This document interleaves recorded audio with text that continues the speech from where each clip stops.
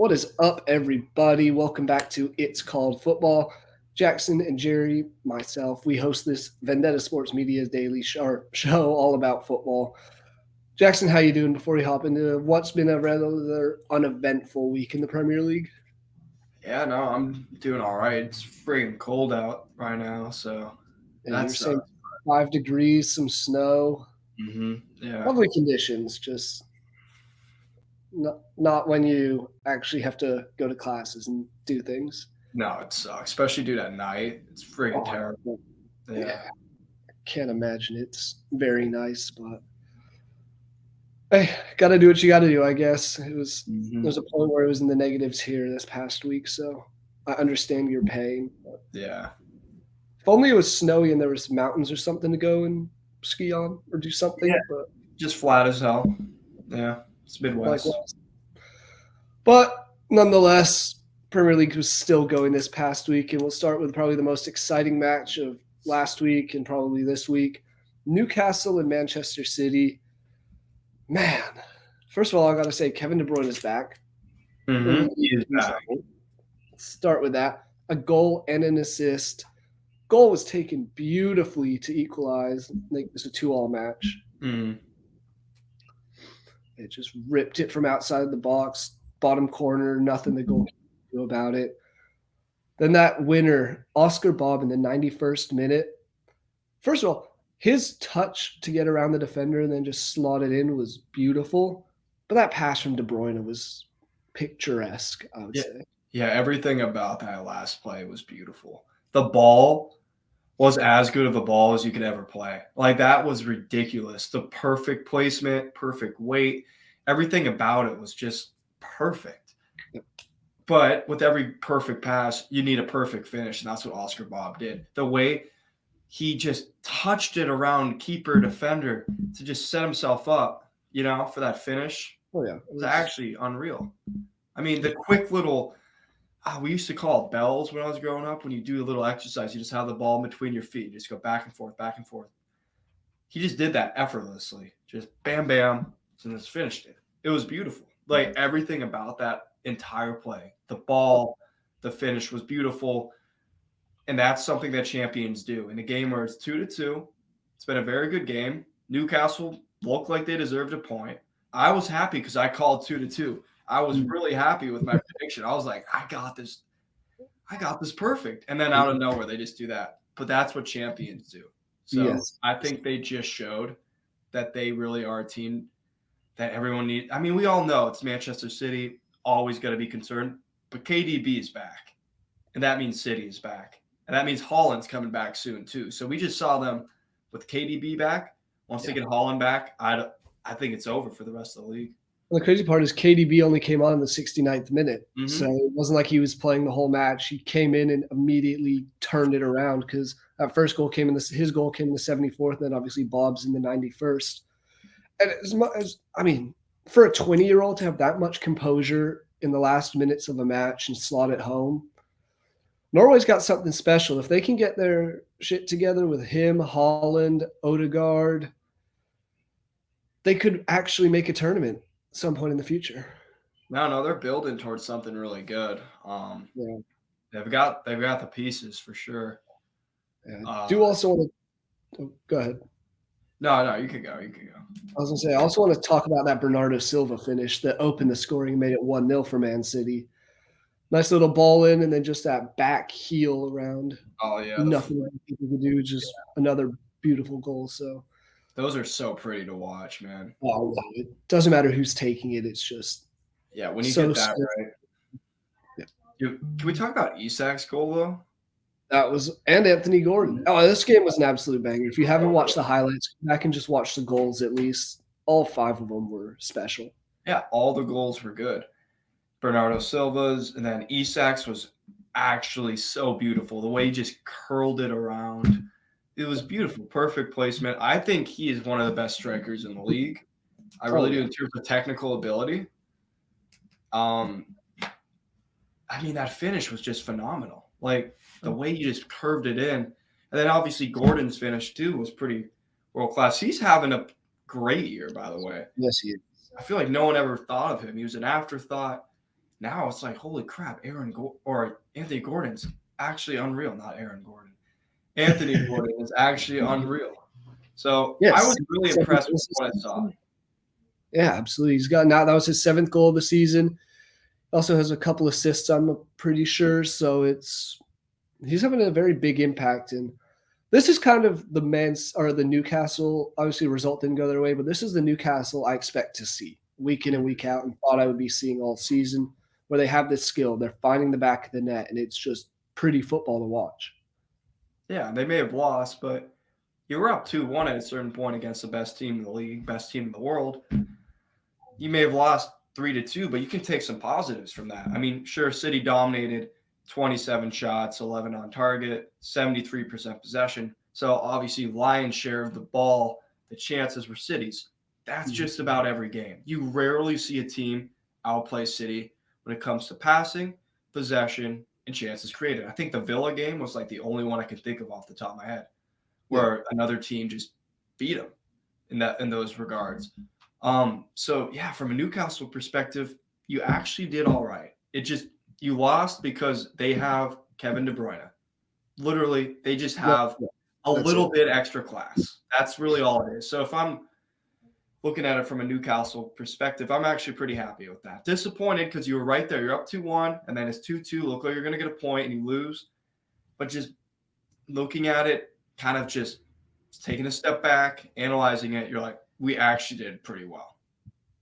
Oh, absolutely. And I mean, that's where we've talked time and time again about how good Man City is, especially in the second half of the season, because they have that depth.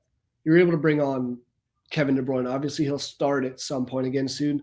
But then if he replaces Bernardo Silva or Kovacic or Rodri, that's just another star that you can bring on off the bench. Oscar Bob came off the bench. Still Jack Grealish on the bench, Rico Lewis. So it's a very, very deep team. And that depth, one final thing on this one is that depth might have to come into play, especially at the goalkeeper position, because Ederson went out in the 8th minute injured. Yeah. That's a huge loss, man. I mean, because it's not just his shot-stopping ability. What Ederson's known for is his distribution. He's the best keeper in the world when it comes to distribution, I think. The way he can ping balls, find those little slip passes, no keeper does it better. So losing him is huge for them because you lose that ability. Now, Ortega's no slouch. He's definitely one of the best second keepers in the world. He should be – I mean, he'd be a starter on half the teams in the Prem. Absolutely. For sure. Like, he's a very good keeper. But Ederson's just a step above, especially when it comes to that distribution. So, yeah, it's going to be really interesting to see how they deal with that. Because, I mean, say what you want. Ederson goes down, he gets scored on twice right after that. You know? It's a lot different forms of communication because Ederson's going to communicate different than Ortega. He's going to command his area a little bit different. So now City's got to get adjusted to that. And luckily, they have the weekend off. They can kind of figure that out and go from there in terms of Premier League games. Yeah. So they got some time to figure that out. I don't know. How long is Ederson out again? I haven't actually seen any update. I was just looking before we started the show this morning and did not see anything update-wise, so not quite sure on that. But so that's not a good sign if we don't have if there's no news, no news is bad news. Yeah. So that's a huge loss. I still think they'll be fine. Yeah, especially their next match is against home to Burnley, so you would assume that they will be okay. Hey, I called that as a Burnley victory before the season started. I'm sticking with that. I'm calling a company masterclass at his former ground. Yeah, you called that, and I called him coming on as a defender at some point. So maybe this is the time for both to happen. Yeah. No, it's written in the stars. It's happening. Yeah, you heard it here first, folks. Burnley is going to beat Man City in a couple weeks' time, so see it. Otherwise, other exciting match I would say from this past weekend was Man United hosting Tottenham. Finished 2-2, but it was really that first half of Haaland gets it going 3 minutes in. Richarlison continues his form. And this was something we talked about on last week's episode, was with Heung-min Son gone on international duty to the Asian Cup. Was Richarlison going to be able to step up? Was Timo Werner going to be able to step up now that he's there? Both of them did their jobs. Richarlison scoring to level it, and then Timo Werner getting the assist for Tottenham's second goal, which made it 2-2. Honestly, just a entertaining match because 3 goals in the first half, a fourth goal right after the break. I think this was a fair result. Yeah, maybe Tottenham looked a little bit better. Yeah. I have to say a little bit more dangerous, but not like to the point where like they deserve to win, like as much as you see in other games. I think the most interesting thing that stood out to me is the fact that Højlund and Richarlison both scored. I know you kind of mentioned this, but yeah, seeing these two maybe find their form is going to be massive for both of these teams because Højlund was brought in with these huge expectations on him. I thought he would flop, and for a while he has been flopping, but recently he's been picking it up with the goals. As soon as he got that first one, now we see him getting on the score sheet again. So good news for him. We know he can score. He did in the Champions League. It just wasn't really carrying over to the Premier League. No. So seeing him kind of get those goals in the Prem, it's a very encouraging sign for Manchester United. Likewise with Richarlison, he has been terrible since moving to Tottenham. Yep. Actually terrible.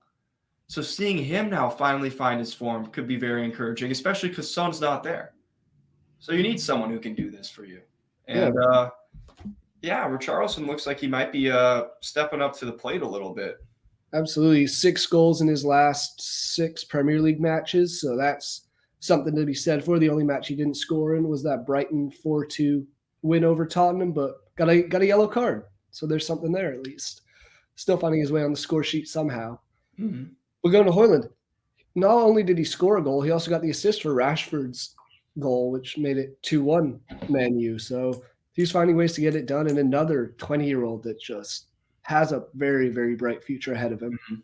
I think he's going to be a really good player. I think he's still got to figure it out a little bit. And it looks like he's finally starting to. I've been saying this for a while. I think he's going to be very good in the Premier League. It's really hard for players, especially at a young age, to come in and make an instant impact. It is the hardest league in the world. It's going to be the most physical of all the top 5 leagues. I feel like you have the most – you definitely have the most eyes on you, most attention on you than any other league in the world. It's a lot to handle. You don't see guys usually come in and just kill it off the bat. De Bruyne failed his first time. Salah failed his first time. Oh, yeah. The only one we see doing really, really well like for the first time is Erling Haaland, I feel like. Yep. So for most players, you need a bit of an adjustment period. And he's actually, if he continues with this, his adjustment period will have been remarkably short. It would have been like 6 months. So, again, very encouraging signs. And I think he's got a great future, just like you said. And if he just keeps doing this, maybe that price tag will be worth it when we're looking in a year and a half from now. Absolutely. And I mean, the only other news from that match that I saw was that one of the new owners for Man U was in attendance, Sir Jim Ratcliffe. I think that was the first match he's attended since buying 25% of Man U. I know there was all the talks of him taking over completely. I don't think that's still happening. I think the Glazers still want their hands involved, but too much money. Yeah, exactly. And for a team like that, for Man U, there's only about a handful of clubs that you might want to own more than Man United in terms of from the money standpoint. Maybe Real Madrid and Barca. Those two. Because in terms of worldwide recognition, I don't know if you beat. No, I don't think there is. I was going to say Liverpool and City, but that's only recent times. It's not like the history and all that. So I think Man U's right after Barca and Real Madrid in terms of like you want them in terms of global fan base. Yeah. Because you think obviously Barca, Real Madrid. You go to Africa and you see kids in villages wearing those shirts, like. Yeah. But I think Man U might be right after them because City's recent. They don't have as established of a worldwide fan base. Liverpool obviously was good back in the day, but I don't think they were ever to the same global kind of level in terms of recognition and fandom as Manchester United. I think they beat them out for sure. Maybe Bayern's up there too, but I think Man U. I was thinking Bayern and possibly PSG, but PSG is also that recency kind of bias because they weren't great for a long time until the money came in. Mm. Bayern obviously has the history, but something about the Bundesliga and how it's 51% fan owned for every team. Yeah. That's a big difference. So it's not like it's worth nearly as much, but nonetheless, 2-2 draw here. The only other match that was like interesting in any way was the Friday match of Burnley and Luton, only because that's a relegation battle. Both teams needed a big 3 points. Ended up only getting a point each because Luton scored yet another goal in injury time, a 92nd minute goal from Carlton Morris. But these two teams are in trouble. A win would have gone a long way for both of them. Yeah, it would have. And from a Burnley perspective, especially, huge missed opportunity. Because if you win that, you have 14 points. Luton has 15. You're right there again. Now you look, Burnley has 12. Luton has 16. Everton's right there, 17. So from a Luton perspective, that point is huge because you're right there. Oh yeah, and Everton got a big point against Villa. So yeah, that's true. Everton with 17, Brentford with 19, Forest with 20. I mean, Luton's right there. Yeah. They're knocking on the door of safety. Burnley missed a huge opportunity because now they fall a little bit further back. Even though they stay relatively the same, they're still 4 points back of Luton. One less match to play. Yeah, that's also pretty important. Yeah. So, yeah, I mean, that's a huge loss for Luton, or for Burnley, excuse me, even though they drew the game. I think this is basically a win for Luton. Oh, absolutely. Especially on the road against Burnley. It was – and there was some controversy, obviously, about the goal. Vincent Kompany was less than impressed by the officiating and how VAR didn't see a foul there. I get what he's coming from, but, I mean, you can't let it all go. In a game like this, you can't let it go down to officiating. No. It's like in the UFC fights you hear all the time from guys. You can't let it go to the judges' scorecards because you never know what's going to happen. Can't let it go to the officials in football because you never know. Yeah. J.J. Watt had some things to say after. Yes, he did also. I can't remember quite what he said, but he was also, as a part owner of Burnley, very, very upset. Yeah. Otherwise, the only other results, obviously we mentioned Aston Villa drew 0-0 with Everton. Chelsea beat Fulham 1-0 to move into the top 10. Otherwise, it's been a relatively uneventful last week. Yeah, I mean, not a lot because they're split it up into 5 games 1 week, 5 games the next week for this match week due to the Asian Cup and the AFCON. So, yeah, not a whole lot in terms of looking at things that happened, and not a whole lot of interesting transfers either. Oh, not at all. Yeah, there's only 2 pieces of news I'm going to bring up, and first of them was related to Man City and how Erling Haaland lost out on the best award for best player in the world. He also lost out on the Ballon d'Or to Lionel Messi. Mm-hmm. My issue with these and why I think Haaland may be getting robbed is that the World Cup doesn't count towards either of these awards. At least it should. It technically does. On paper, it shouldn't, yeah. Paper, it shouldn't. It definitely has played a role. Because you're going to tell me Messi going over to the MLS, winning 1 cup, not having played a match since August now, is going to outweigh Erling Haaland winning the treble. Sure, he was injured recently, but still has Man City as one of the better positions and has continued goal scoring this year. I think it's very tough for Erling Haaland because I don't know what else they could want him to do, what more he could do. But it's one of those things. Yeah, and I disagree with giving it to Messi. I mean, we disregard what Ronaldo's doing in Saudi Arabia, for example, because it's in Saudi Arabia. We're all like, okay, of course he's going to score the most goals, win the Golden Boot, because he's in Saudi Arabia. Then why are we giving Messi an award when all he did was win some? I guess, sure, he won League with PSG before. Well, who doesn't win League with PSG? Erling Haaland won the Premier League, the Champions League, the FA Cup. He was the top goal scorer in the Premier League. Record goal scorer. Goal scorer in the Premier League. Has had a pretty decent start to the campaign when you're looking at this season as well. So how does Messi win that award? There's only one answer, and that's because of his global popularity and the fact that people bend over backwards for Messi and Ronaldo. Yep. Messi's getting more leeway now because Ronaldo, obviously, as soon as he went up Piers Morgan, just lost all popularity, lost all credibility, whatever. Messi still has it because he's Messi, and yes, I think he's the best player to ever play the game, but his time has passed, I think Haaland definitely got robbed. The look on his dad's face said it all. He deserved that award. And I don't know, man. I'm hopeful that this is the last time we'll ever see this. I don't see any way that Messi or Ronaldo ever wins another award again. On paper, they should never, ever win one again. He shouldn't have won this one. He got robbed. Haaland got robbed. He definitely deserved to win it. He got robbed. And the crazy thing to me is, at least for the best award, it was tied. In voting, it was tied. Messi won the tiebreaker because he had 2 more captains vote for him than captains that voted for Erling Haaland. I think that's a brutal way to lose it. And I realistically think the only reason Messi won this award was because they couldn't give him any awards for winning the World Cup, because that had kind of was at the very end of the period and all the votes had more or less been placed already. So I think this was kind of that consolation of, oh yeah, we'll just throw Messi winning the World Cup in here. Had it been a Summer World Cup and Messi won it this year, I get it. No argument about it. But it's the fact that that's really the only super significant thing he's done. Sure, he's brought notable recognition to the MLS now, and people are actually watching the league and following it. But that doesn't win you the best award. David Beckham did that. He didn't win the award.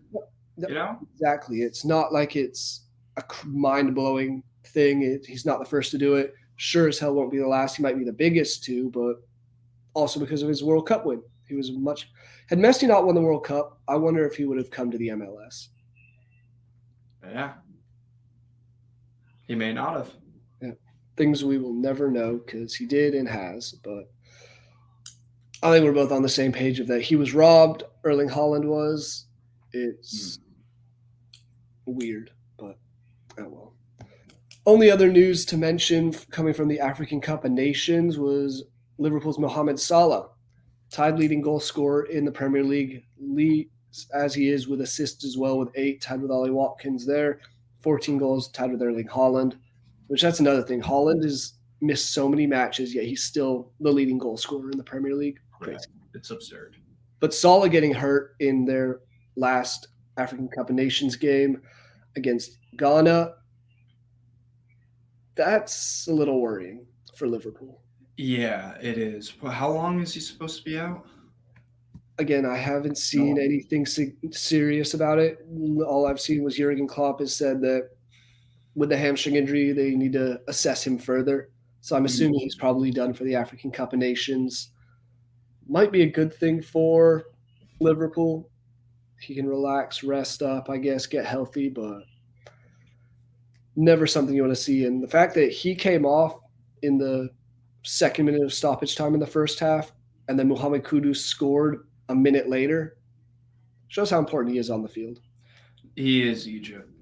He is Egypt. When they play, it's kind of like Messi with Argentina. He's the same way. Yes, there are 10 other guys on the field, but Mo Salah is Egypt. So huge loss for that nation. I don't see any way in which they can win it now without Mo Salah, because it's not just that he's their best player, it's he's their leader. With him on the field, you feel just so much better, because when you're playing with a player like that, you know that they can create for you. If you're a defender, you're like, it's okay. We have Mo Salah up there. He will terrorize your back line, so we don't have to defend as much. If you're a midfielder, I can play to Salah. If you're a forward, you're like, I can play with Salah. I can maybe get the ball from him, do all this stuff. He just adds a certain level of confidence when he plays. So huge loss for Egypt. Again, don't see any way in which they can win the AFCON. But going back to Liverpool, he has the same effect there. He is their best player. Yep. Phenomenal start to the campaign. 14 goals, 8 assists. That is remarkable, what he's doing so far, and at the age that he is. So losing him, that's huge for them, because Liverpool has looked like the best team in the Premier League up till this point. Yes, they have. Now how are they going to look without their best player? That's what we're going to find out. I don't think they're going to look as good. Obviously, that might be a very simple, no shit kind of answer. But I think it's going to be more than just, they don't look as good. I don't think they'll fall apart per se, but they're sure as hell aren't going to be even close to the same Liverpool they are now if he's out for an extended period of time.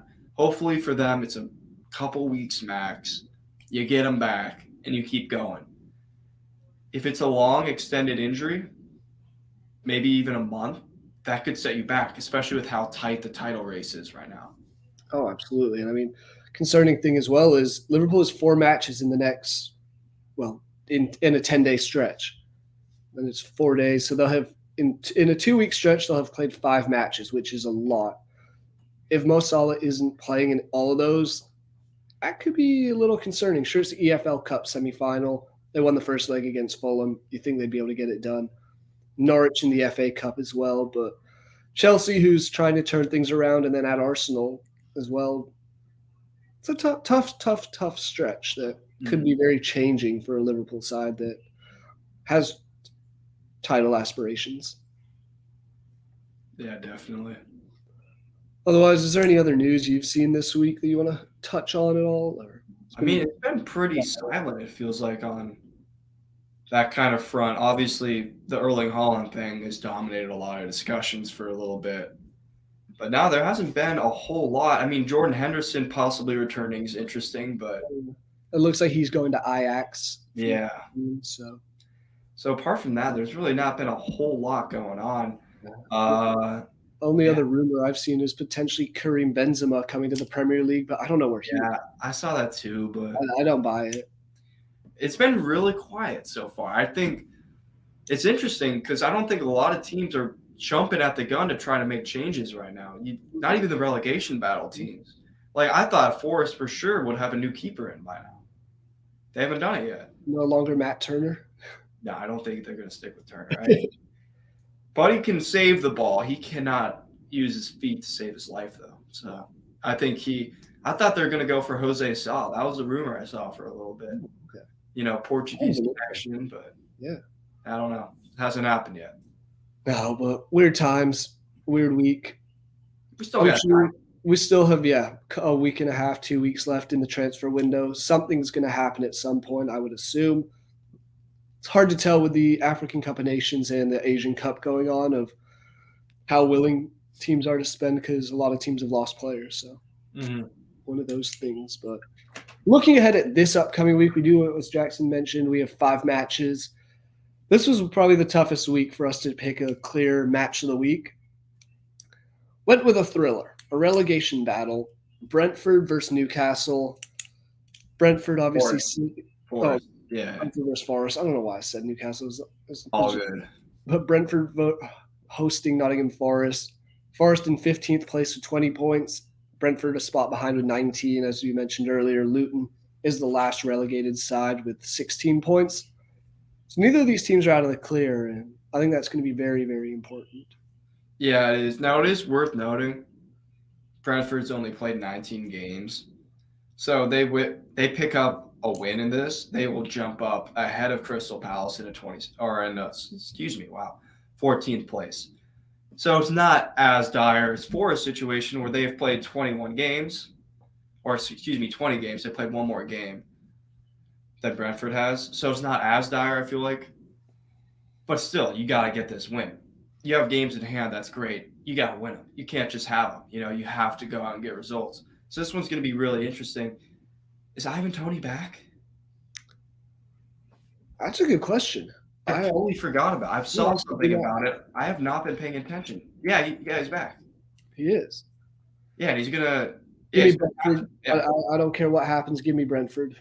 Yeah, with Ivan Toney back, give me Brentford. He's that good. Oh, yeah, and it's more like not that he's even as insane as – well, he is pretty insane at times, but it's also – he just adds that thing that they've lacked all season. The ability to gamble. To gamble and a true finisher as well. Sure, man, who was it? Who stepped up? I know Moembo has stepped up a bit, but that's about it.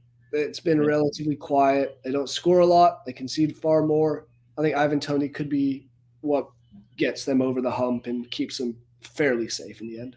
Yeah, I think the main concern for Brentford was the first half of the year without Ivan Toney. How would they do? Not great. Not as great as they'd hope. But now you got your star player back. You got your captain back. I think now we're going to see a dramatic shift. I don't think they're going to end up in the top half of the table. But I do think they will be safe come April. Where we'll be looking at be like, all right, Brentford's going to be good. I think they'll be fine. I think they'll get this win. Forest is a shit show across the board. I feel bad for Nuno. I like him. I don't think he's really going to be able to do anything that drastic. Wow. I'm not saying they're going to get relegated, But yeah, I don't think they're going to be able to do really great things. I mean, they did beat Man U at the last game, but they barely just beat Blackpool. yeah, In a third round replay of the FA Cup. So they're really not doing that great. no, and that took 100 or I guess an extra time winner from Chris Wood to get him over the hump against a Blackpool side that's really, really not been that impressive. They're 8th in League One. This is one you expect Forest to win in the first leg. Ended up drawing at home as well. Dude, Vlachodimos is so bad. He is actually terrible. I remember people were talking about him like he's the answer. This dude he can't save to save his life. No, this is why Forest needs a goalkeeper if they want to be comfortable come. Yeah, because Turner can't play with his feet to save his life. And Vlachodimos can't save anything, which is the whole point of a goalkeeper at the end of the day. They've got nothing in that regard. They need a better goalkeeper for sure. You hate to say that because I want Matt Turner to play, but he is not proving that he deserves to play right now. So from a Forest perspective, if you can go out and get a guy like Jose Sa, why don't you? I don't know. But I just don't have a lot of confidence in Forest. With Ivan Toney being back, I think he's going to be the difference here. I'm going Brentford wins 2-0. I don't think Forest scores. I like that. I was going to go 2-1 Brentford, but I honestly think it could very well be a shutout because Forest's attack has been lackluster. For sure. Give me an Ivan Toney brace. I think he gets at least one. Yeah, that's kind of, I guess, where I'm at. I think he'll score for sure. Optimistic side of me says he's going to get a brace. We'll see. Mm-hmm. But otherwise, these matches this weekend really, really aren't all that exciting. No. Run through them. I don't think there's really – we'll go into in-depth a bit on some of them, but nothing too crazy like we would usually do on this show. Start out with Saturday's fixtures. Arsenal hosting Crystal Palace. The way Palace has been playing, you have to take Arsenal. Yeah. Again, Arsenal hasn't been in the greatest form. I think Arsenal wins this game. I don't – even in bad form, I think we should win this game every single day of the week. So, absolutely. I'm going to go Arsenal 2-0. I like that. Obviously, the other one on Saturday is that Brentford versus Forest match. Moving to Sunday, Sheffield United are hosting West Ham. What are your thoughts on this one? West Ham, Sheffield United's defending is shambolic. Yep. It is atrocious. West Ham can finish. So I think West Ham wins 3-1. I do think they get a weird goal for whatever reason, but West Ham wins 3-1. I like that. And I think it's more West Ham's to lose than it is necessarily for Sheffield United's to win. Because if West Ham does get all 3 points, that'll move them 3 points behind Tottenham, equal on matches played for the 5th spot in the league. Also puts them 3 points behind Arsenal for the last Champions League spot. So there's that. Obviously, goal difference is terrible, but I like the 3-1 shout. I'll follow you on that one. Bournemouth hosting Liverpool. I want to say this is going to be a Liverpool thrashing. Something about it tells me it's not going to be, but I still think it'll be Liverpool domination. It'll end a 2-goal difference, but whether it's a 2-0 or a 3-1, I'm not sure. Yeah, I think Liverpool's going to win, but it's going to be close. Bournemouth has turned a corner. Yeah, absolutely. I mean, sure, they lost their last game out against Tottenham 3-1 on New Year's Eve, but Tottenham's good, and it was at Tottenham. So, you know what? Whatever. That's going to happen. They're at home. I don't think they're going to win. I think Liverpool gets the 2-1 win, but I think they're really going to impress. I really do think they're going to impress. And they're finding form. Solanke's scoring goals. He's found his goal-scoring form, which is great for him. Yeah, I remember when he was a Liverpool prospect, everyone thought he was going to be this great player. Fell off for a while, ended up in the championship, and now you see him back, and he's scoring a lot of goals in the Premier League. So it's really cool to kind of see him finally find his pace a little bit. So happy for him. And from a Bournemouth's perspective, if they can get a result here and keep doing this, they're going to be far. I mean, they're already moving out of the relegation battle, but they could have a very good season. They still have Tyler Adams to come back. Throw him in the midfield. If he could play like he did for Leeds, maybe that'll help out a little too. Yeah, he was one of the bright sides of when he got hurt. Leeds collapsed completely, so shouldn't laugh at him too much. Yeah, he was actually good. Laugh at McKennie when he was. Oh, I've been laughing at McKennie, but now he's actually balling out in Italy. So he's one of their best players. Yeah, it's just absurd. I just don't think he wasn't motivated enough at Leeds, which we've talked about this before. No need to go into it again, but yeah, is what it is. Yeah, Bournemouth are really one of those teams that could they potentially finish in the top 10? I mean, they're in 12th right now. They're only 4 points off. And they have 2 games to play versus Newcastle. Like, again, they've only played 19. So, sorry, 2 games in hand. I phrased that horribly. But 2 games in hand, they win both of those, they hop up into 10th place. Yep. Well, I mean, depending on Wolves. But, yeah, they're right there. So, yeah. Either way, we'll see what happens there. That brings us to the last match Monday afternoon. Brighton hosting Wolves. Mm-hmm. I'm gonna lean Brighton for the sole purpose that Hwang Hee-chan is not playing for Wolves. Yeah, because we usually say trust in Hwang, but yeah, he's only played 1 match for the South Korean national team, and guess what? He scored. Mm-hmm. Shocker. What he does, yeah. Wolves is missing their best attacker. I'm gonna go with a 1-0 or a 2-1. I'll go 1-0 to Brighton. See, I'm going 3-2 Brighton. Okay, you think I'm throwing a little goal fest? Yeah. All right, I like that. Yeah, it's just for me. There's too many players missing out from Wolves. Boubacar Traore's in AFCON. Hwang Hee-chan obviously is gone. Another guy off in AFCON, Ryan Adenui. Mm-hmm. And then they have a couple guys. João Gomez has a red card suspension. Johnny Otto's out for personal reasons. It just seems like they're missing too much. I think Brighton does get it done. Yeah, I agree.